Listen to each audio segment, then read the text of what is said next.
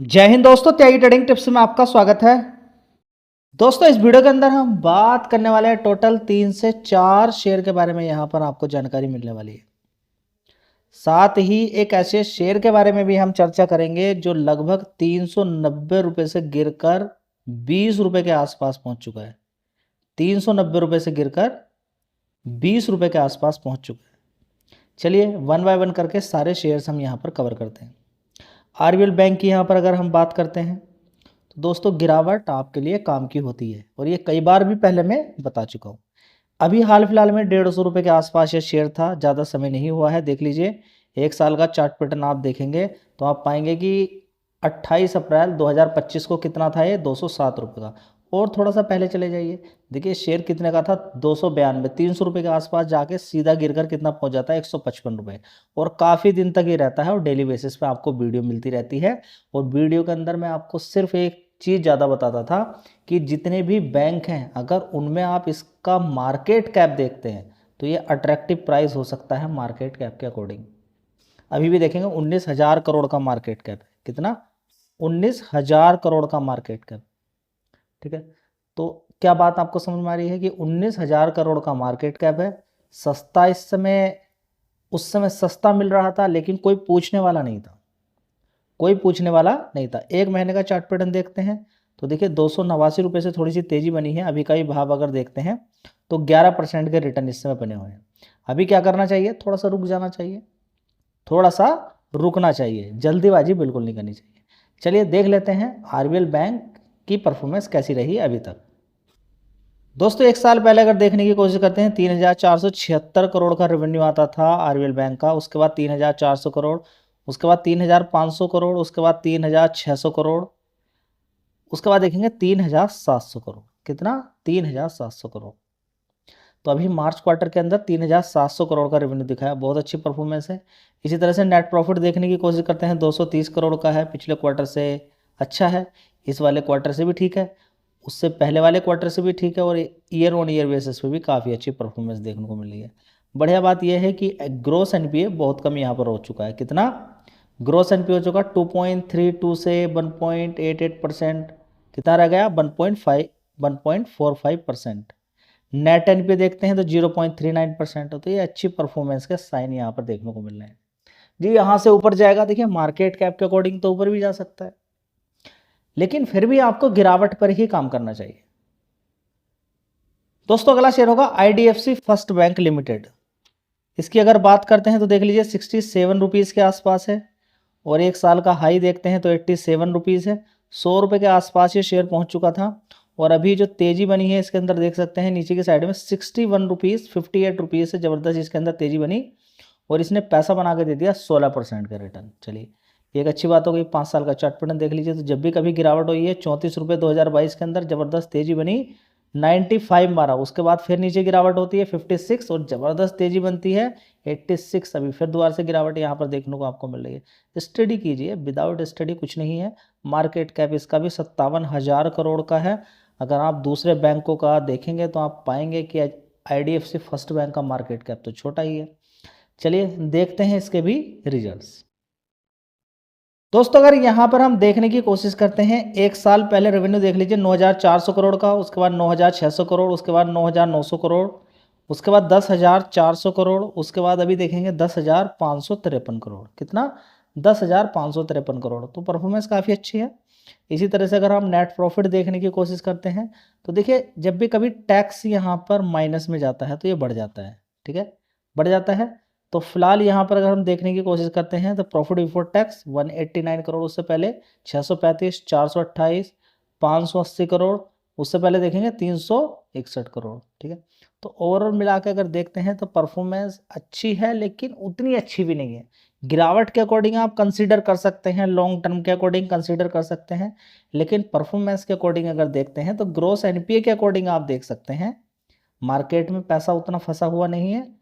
इसके अकॉर्डिंग हाँ इसमें आप कंसीडर कर सकते हैं। पहले आप देखेंगे, देख सकते हैं यहाँ पर कि ग्रोस एनपीए कितना कितना होता था, 2-2% का, 2.5% का, अभी यहाँ पर कम हुआ है। फोकस करना है, मेहनत करना है, थोड़ा सा लॉन्ग टर्म इसको आप वेट करें तो शायद अच्छी परफॉर्मेंस फिर दोबारा से आपको 100 रुपये का भाव दिखा दे। देखते हैं आगे क्या होता है। दोस्तों अगला शेयर होगा यस बैंक। यस बैंक की बात करें तो 20 रुपये से भी सस्ता शेयर है, और थोड़ा सा मैक्सिमम चार्ट पैटर्न अगर देखने की कोशिश इसका करते हैं तो आप पाएंगे कि ये शेयर 390 रुपये से भी ऊपर होता था। देखिए कितना होता था, ये देखिए 382 से भी ऊपर की तरफ यहाँ पर आप मान सकते हैं इसको, 390 रुपये के आसपास मान सकते हैं। ठीक है, ज़बरदस्त वहाँ से गिरावट होती है 390 रुपये के आसपास से। देखिए 393 रुपये, भाव देखिए 17 अगस्त 2018 का 393 रुपये।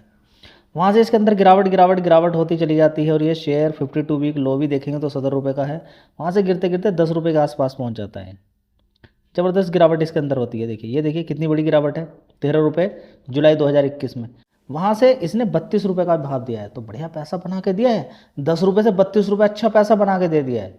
लेकिन एकदम से कुछ नहीं होता है, इसके लिए आपको समय देना होता है, टाइम देना होता है, तब जाके पैसा बनता है।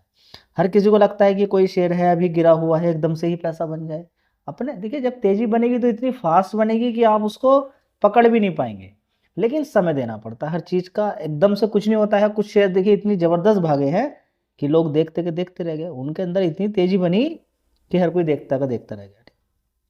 इसके फंडामेंटल भी एक बार देख लीजिए दोस्तों। अगर देखने की कोशिश करते हैं, 7,600 करोड़ का रेवेन्यू था, उसके बाद 7,600, 7,300, उसके बाद 7,500, उसके बाद 7,662 करोड़। देख रहे हैं लगातार इसके अंदर भी देखिए ज़बरदस्त तेज़ी देखने को मिली है, बढ़िया परफॉर्मेंस यहाँ पर दिखाई गई है।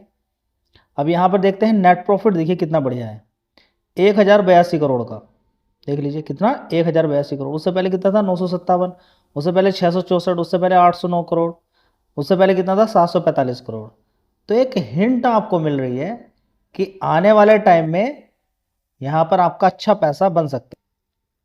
दोस्तों, नेट प्रॉफिट देखने के बाद आपके माइंड में एक क्वेश्चन जरूर आएगा कि 1,082 करोड़ का नेट प्रॉफिट 4 डिजिट में कंपनी बैंक ने दिखाया, तो भागा क्यों नहीं।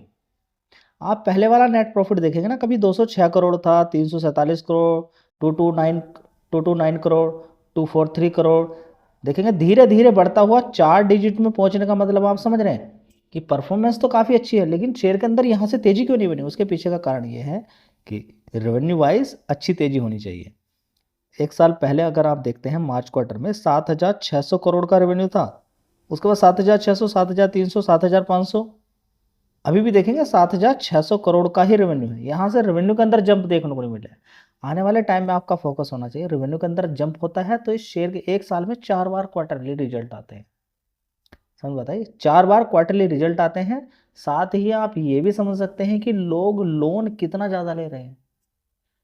एफडी टूट रही है, एफडी टूट रही है, लोग किधर की तरफ भाग रहे हैं, लोन की तरफ भाग रहे हैं। एक शेयर में आपको और दिखाता हूं, देखिए रिजल्ट्स देखना और रिजल्ट को सही तरह से समझना बहुत ज़्यादा जरूरी है। एक मैं रिजल्ट्स आपको और दिखाने वाला हूं, उसके नेट प्रॉफिट को देखकर आप कहेंगे बहुत अच्छे रिजल्ट्स हैं। देखिए मैं आपको दिखाता हूं दोस्तों। अगर हम यहां पर देखने की कोशिश करते हैं तो शेयर का नाम यहां पर देख लीजिए, MRPL, Mangalore refinery and petrochemicals.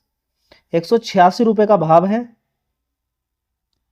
ठीक है, 186 रुपये का भाव है, और यहाँ से आप देख सकते हैं इसने अच्छी खासी तेजी तेजी तेजी ऑलरेडी दिखाई है, और एक महीने के अंदर भी आप देखेंगे नीचे के लेवल 170 रुपये से बढ़िया तेजी इसने दिखा दी है, लगभग 9% का रिटर्न इसने बना के दे दिए। इसके भी रिजल्ट्स आ चुके हैं। रिजल्ट्स देख के वैसे तो आपको खुशी मिलनी चाहिए, तेजी तो नहीं बनी है 5 दिन में कोई खास, देखिए 1 महीने में तेजी है, 6 महीने के अंदर भी थोड़ी तेजी ही है। और अगर आप बात करते हैं रिफाइनरी जितनी है उनका धंधा पानी तो अभी कम ही चल रहा है। गैस वाली कंपनी, रिफाइनरी वाली कंपनी कहाँ इतना अच्छा काम अभी कर पा रही है, उनको पीछे से क्रूड ही नहीं मिल रहा उतना ज़्यादा। आगे क्या होगा उसको छोड़ दीजिए, फिलहाल मैं इसके रिजल्ट्स आपको दिखा देता हूँ दोस्तों। अगर यहाँ पर हम देखने की कोशिश करते हैं तो एक साल पहले देखिए 24,500 करोड़ का रेवेन्यू था, उसके बाद 17,300 करोड़, उसके बाद 22,600 करोड़, उसके बाद 24,700 करोड़, उसके बाद 23,900 करोड़। आप कहेंगे रेवेन्यू के अंदर तो कोई खास यहाँ पर जंप देखने को नहीं मिल रहा है। 24,700 करोड़ से 23,900 करोड़ है, तो क्या अलग है यहाँ पर। एक साल पहले तो 24,500 करोड़ था, फिर अलग क्या है, डिफरेंट क्या चीज़ देखने को मिली है।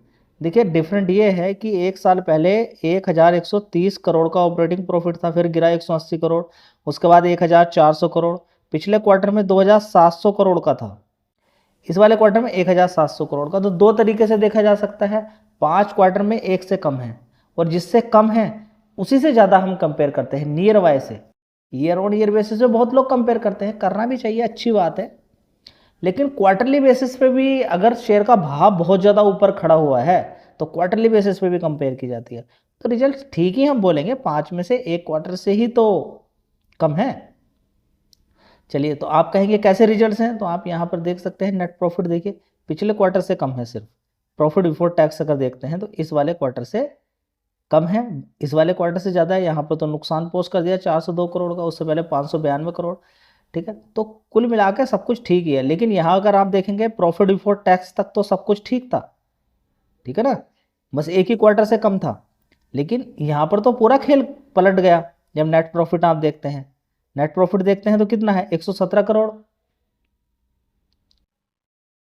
यहाँ कितना हो गया 117 करोड़, यहाँ पर कितना 1451 करोड़, यहाँ पर देखिए 627 करोड़। तो आप कहेंगे इस वाले क्वार्टर से भी कम है, इस वाले क्वार्टर से भी कम है नेट प्रॉफिट, और एक साल पहले वाले क्वार्टर से भी कम है, तो रिजल्ट्स हो गए खराब। ऐसा नहीं है, रिजल्ट्स ठीक ही हैं।